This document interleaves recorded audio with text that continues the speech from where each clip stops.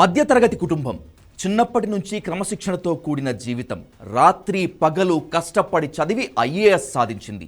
ఇండియాలో టాప్ ర్యాంకర్స్లో ఆమె ఒకరు. 22 ఏళ్లకే ఐఏఎస్ అధికారి. సినిమాల్లో చూపించినట్లు సొంత రాష్ట్రంలో సొంత జిల్లాలో పోస్టింగ్.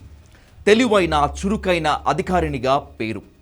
తలరాత బాగుంటే ఇవాళ కేంద్ర ప్రభుత్వంలో క్యాబినెట్ సెక్రటరీ అయి ఉండేది.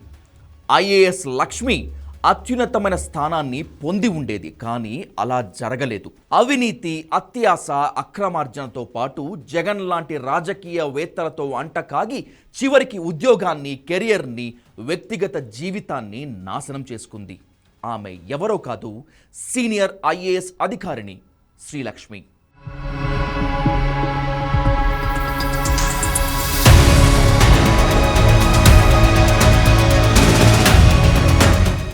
ఎర్రా శ్రీలక్ష్మి పశ్చిమ గోదావరి జిల్లా ఏలూరు నివాసి.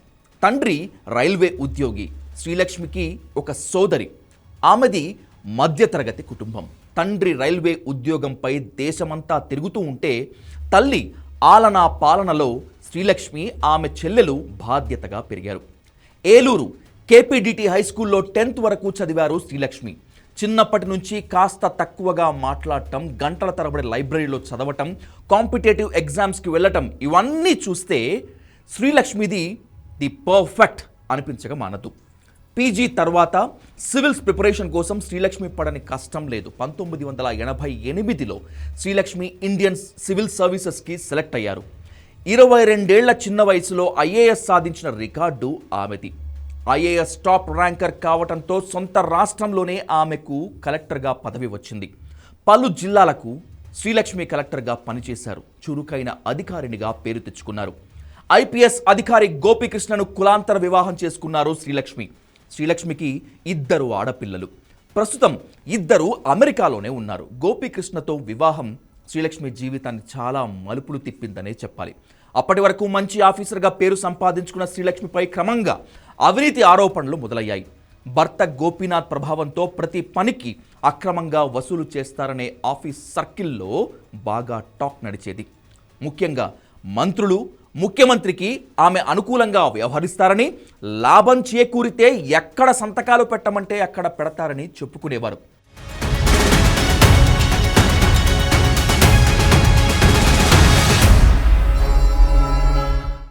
వైఎస్ మరణం తర్వాత జగన్ అక్రమార్జన కేసుల్లో భాగంగా ఐఏఎస్ శ్రీలక్ష్మి జైలు పాలయ్యారు. వైఎస్ హయాంలో ఆమె ఇండస్ట్రీస్ అండ్ కామర్స్ సెక్రటరీగా పనిచేశారు. ఆ సమయంలో గాలి జనార్దన్ రెడ్డికి చెందిన ఓబులాపురం మైనింగ్ కంపెనీకి అక్రమంగా అనుమతులు ఇచ్చారని శ్రీలక్ష్మిపై ప్రధాన ఆరోపణ. ఆ కేసులో అరెస్ట్ అయి ఆమె నెలల తరబడి జైల్లో ఉండాల్సి వచ్చింది. జగన్, వైఎస్ ఒత్తిడితోనే గాలి జనార్దన్ రెడ్డి అక్రమ మైనింగ్కి ఆమె తోడ్పడ్డారని సిబిఐ ఆరోపించింది. జైల్లో ఉన్న సమయంలో శ్రీలక్ష్మి ఆరోగ్యం పూర్తిగా క్షీణించింది. వెన్నుకు సంబంధించిన సమస్యతో ఆమె లేచి నిలబడే శక్తిని కూడా కోల్పోయారు. మొత్తం మీద హైకోర్టు శ్రీలక్ష్మిని ఓఎంసీ నుంచి బయటపడేసింది. కానీ శ్రీలక్ష్మి కెరియర్ ఆ కేసు వల్ల పూర్తిగా నాశనమైంది. ఆరోగ్యం కూడా బాగా క్షీణించింది. కోర్టు క్లీన్ చిట్ ఇచ్చినా ఆమెపై అవినీతి ముద్ర చెరిగిపోలేదు. మళ్ళీ ఆమెకు పోస్టింగ్ ఇచ్చినా సరే ప్రభుత్వాలు అన్నీ శ్రీలక్ష్మిని లూప్ లైన్లోనే ఉంచాయి. రాష్ట్ర విభజన తర్వాత తెలంగాణకే పరిమితమైన శ్రీలక్ష్మి జగన్ అధికారంలోకి రాగానే తనను ఏపీకి మార్చాలని కేంద్రానికి రిక్వెస్ట్ పెట్టుకున్నారు. జగన్ వల్లే ఆమె జైలుకి వెళ్లారు, అష్ట కష్టాలు పడ్డారు. డబ్బు సంపాదించినా కూడా ఆరోగ్యాన్ని, పరువుని కోల్పోయారు. ఇన్ని జరిగినా శ్రీలక్ష్మి తిరిగి జగన్తోనే ఉండాలనుకున్నారు. ఆమెను ఏపీకి బదిలీ చేయడానికి కేంద్రం నిరాకరించినా జగన్ పట్టుబట్టి ఏకంగా ప్రధానితో మాట్లాడి శ్రీలక్ష్మిని ఆంధ్రప్రదేశ్కు తెచ్చుకున్నారు. ఒక ఐఏఎస్ అధికారి కోసం ఒక సీఎం ఈ స్థాయిలో పైరవీ చేయటం చరిత్రలో చాలా తక్కువ సార్లే జరిగింది.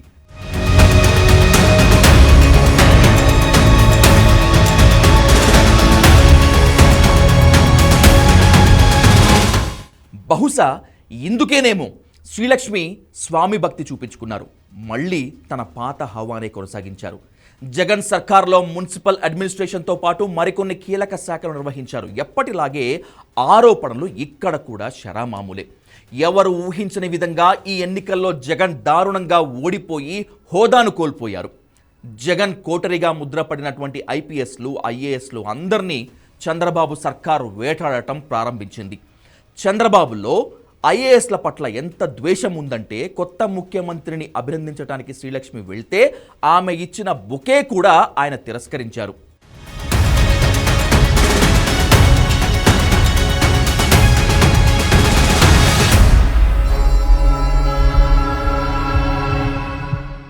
ఒక ఫైల్పై సంతకానికి మంత్రి నారాయణ దగ్గరికి వెళ్తే ఆయన కూడా సంతకం పెట్టడానికి నిర్ద్వందంగా తోసిపుచ్చారు.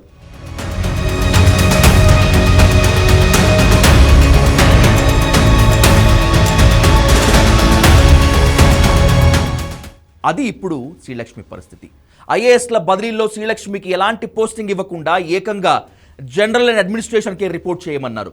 ఒక సీనియర్ ఐఏఎస్ అధికారిని పరిస్థితి ఈ విధంగా అయిపోయింది. కొందరు ఉద్యోగులు శ్రీలక్ష్మికి తిక్క కుదిరిందని సంతోషపడుతుంటే ఇంత తెలివైన చురుకైన ఆఫీసర్ పరిస్థితి ఎలా దిగజారిపోయిందేంట్రా అని కొందరు బాధపడుతున్నారు. శ్రీలక్ష్మి సర్వీస్ అంతా సక్రమంగా జరిగి ఉండుంటే ఆమె ఈరోజు కేంద్రంలో క్యాబినెట్ సెక్రటరీ హోదాలో ఉండేవారు. అవినీతి ఆరోపణలు, కేసులు, జైలు జీవితం, నెగటివ్ ట్రాక్ రిపోర్ట్, వీటి పుణ్యమా అని శ్రీలక్ష్మి కెరియర్ గ్రాఫ్ దారుణంగా పడిపోయింది. ఏ రకంగానూ శ్రీలక్ష్మికి ఉద్యోగంలో ఉన్నత స్థాయికి ఎదగటం ఇక కష్టమే.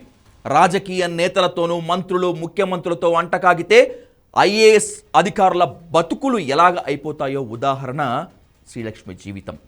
చంద్రబాబు సర్కార్ శ్రీలక్ష్మిని ఎంతగా ఆడుకోవాలో అంతగా ఆడుకుంటోంది. పోస్టింగ్ ఇచ్చినా కూడా ఎక్కడో పనికిరాని శాఖల్లో పడేస్తోంది. అవినీతి ఆరోపణలపై ఎంక్వైరీలు అంటుంది. ఆమె సంతకం చేసిన ఫైలుపై దర్యాప్తుల మీద దర్యాప్తులు జరుగుతాయి.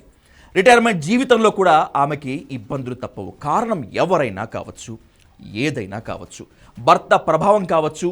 శ్రీలక్ష్మి జీవితం దయనీయంగా ముగిసేటువంటి అవకాశాలు ఎక్కువగా ఉన్నాయి. పొలిటికల్ సిస్టంతో అతిగా పులుముకుంటే అధికారుల జీవితాలు ఎలా ఆగమైపోతాయనటానికి ఐఏఎస్ శ్రీలక్ష్మి జీవితమే చక్కని ఉదాహరణ.